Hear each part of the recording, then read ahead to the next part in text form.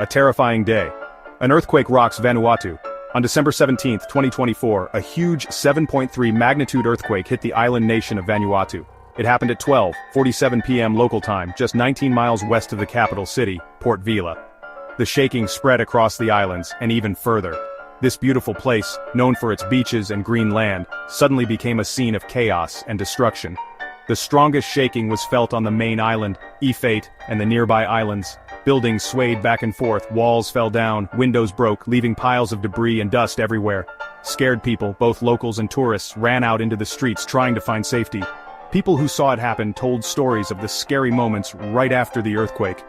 "The ground was shaking so hard I could barely stand," said one shopkeeper, his voice still shaky from fear. "It felt like the end of the world." Sadness and destruction. What happened after the earthquake? When the dust cleared, everyone could see how bad the damage was. Buildings were destroyed, turned into piles of broken pieces. Roads were ripped apart, making it almost impossible for rescue workers to reach people who needed help. The problems went far beyond the capital city. Reports of damage came in from all over the islands, showing how widespread the destruction was. Coastal areas were hit especially hard. Landslides blocked roads and stopped vital supplies from getting through. The earthquake really hurt important things like power lines. The island went dark, making communication and rescues very difficult.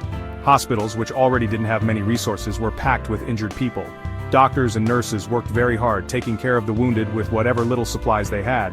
We don't know exactly how many people were hurt or died, but early reports say many people were affected. The Red Cross said at least one person died, but they're worried the real number is much higher. The Ring of Fire.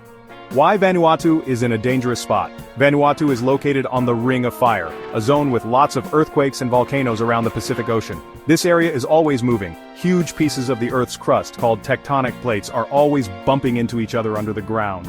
The earthquake in Vanuatu reminds us of the powerful forces under our feet.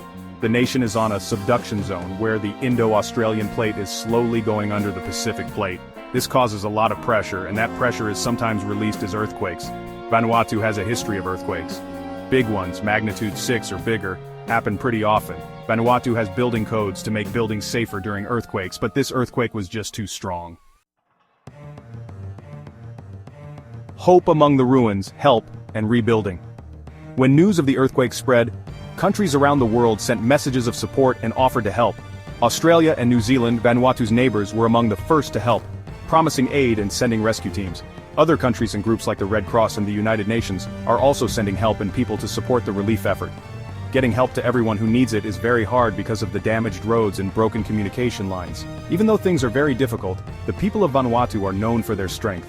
They've been through natural disasters before and have always rebuilt. Recovering will take a long time and be hard work, but with help from around the world, Vanuatu will rebuild and heal.